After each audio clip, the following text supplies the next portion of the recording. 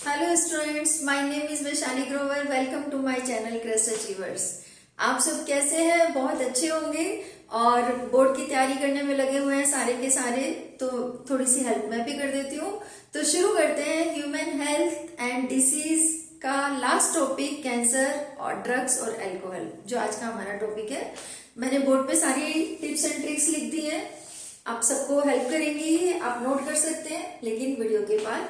तो शुरू करते हैं। कैंसर, नॉर्मल सेल और कैंसर सेल में क्या डिफरेंस है? एक जनरल, हम सब की बॉडी में नॉर्मल सेल्स हैं, लेकिन यदि कोई पेशेंट जो है कैंसर वाला पेशेंट है, वहां पे क्या है, ये नॉर्मल सेल कैंसर सेल में चेंज हो गई है।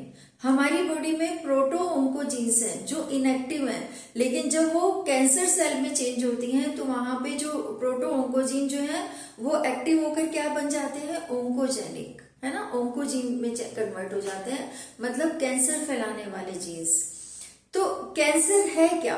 हमारी फॉर एग्जांपल ये एक नॉर्मल सेल है। इस नॉर्मल सेल्स का जो हमारी बॉडी के अंदर जो डिवीजन है, सेल डिवीजन है, या इसका जो डिफ्रेंसिएशन है वो क्या है, स्पेसिफिक है, एक पर्टिकुलर एरिया तक, इस एरिया तक ही वो लिमिट है, ठीक है। लेकिन यदि ये नॉर्मल सेल जो है वो कैंसर सेल में शिफ्ट होती है तो यहाँ पर ये अपने एरिया के साथ साथ दूसरे एरिया को भी कवर कर लेगी। मतलब यहाँ पे एक सेल है तो यहाँ पे 1 से 2, 2 से 4, 4 से 8, कितनी भी सेल्स हो सकती हैं।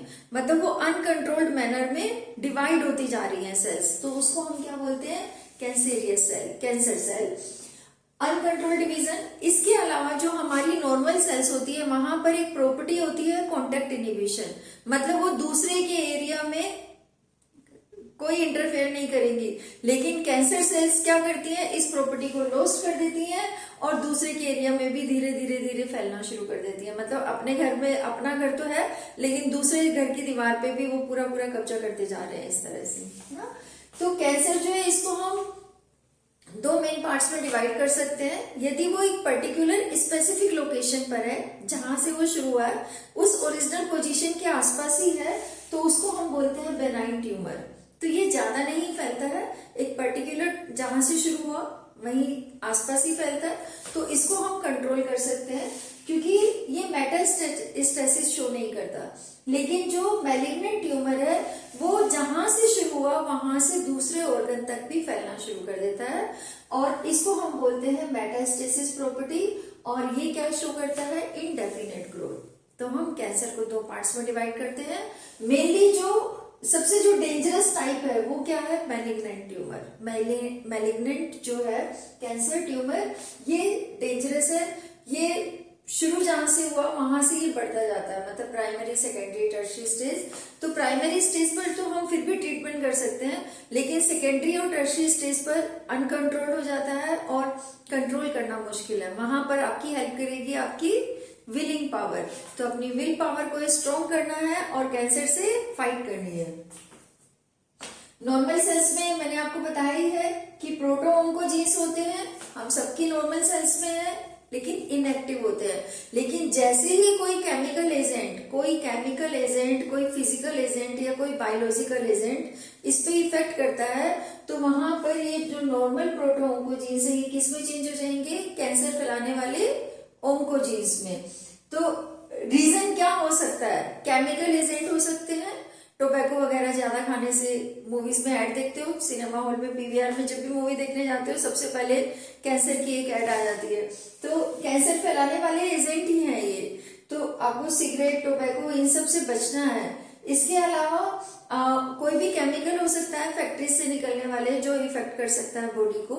यूवी रेज हो सकती हैं, एक्सरेज हो सकती हैं, कोई जीन्स में भी चेंज हो सकता है, म्यूटेशनली भी कोई चेंजेस हो सकता है।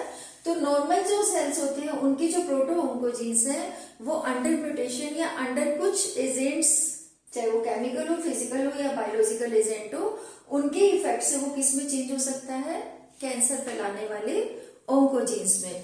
तो इनको फैलाने से रोकना है बेसिकली, है ना, इन एजेंट से अपने आप को बचाना है। तो इन एजेंट्स को हम कार्सिनोजेंस भी बोल सकते हैं।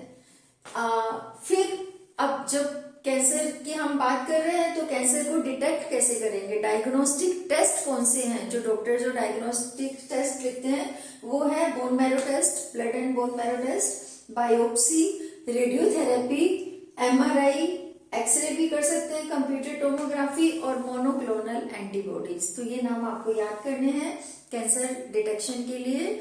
और अब डिटेक्शन तो हो गया, लेकिन सबसे इम्पोर्टेंट है प्रिवेंशन एंड कंट्रोल। किसी को भी कैंसर नहीं होना चाहिए, बहुत ही खतरनाक बीमारी है ये। तो लेकिन डरना नहीं है, किसी भी डिसीज से डरना नहीं है, उससे फाइट करना है, अच्छी अच्छी डाइट लेनी है, हेल्थी एक्सरसाइज करनी है और सबसे ज्यादा अपनी विल पावर को स्ट्रॉन्ग करना है ना। तो कैंसर ट्रीटमेंट के लिए सर्जरी करते हैं डॉक्टर्स नॉर्मली। कीमोथेरेपी, रेडियोथेरेपी या इम्यूनोथेरेपी भी पेशेंट को दी जाती है, जिससे उनके ट्रीटमेंट में हेल्प मिलती है और बहुत सारे लोग कैंसर से फाइट करके बिल्कुल ठीक है। बहुत सारे एग्जांपल्स आपके सामने हैं। तो ये था कैंसर का एक छोटा सा शॉर्ट व्यू। अब आते हैं हम ड्रग्स और अल्कोहल अब्यूज। ड्रग्स, तो ड्रग्स क्यों लेते हैं, क्या रीजन है ड्रग्स लेने का? बच्चों को जो ड्रग्स लेने का जो रीजन हो जाता है वो एक नॉर्मल सा रीजन दे देते हैं, डिप्रेशन है या फिर पीयर प्रेशर है या एग्जाम में मार्क्स कम आ गए, है ना, तो बहुत टेंशन हो गई, डर लग गया किसी चीज से। तो ये सब तो बहाने हैं, लेकिन इन बहानों के चक्कर में वो क्या ले लेते हैं कि एक्साइटमेंट, कि पहले कभी ट्राई नहीं किया तो एक बार ट्राई करके देखते हैं। तो ये सब क्या है, बहाने हैं ड्रग्स लेने के।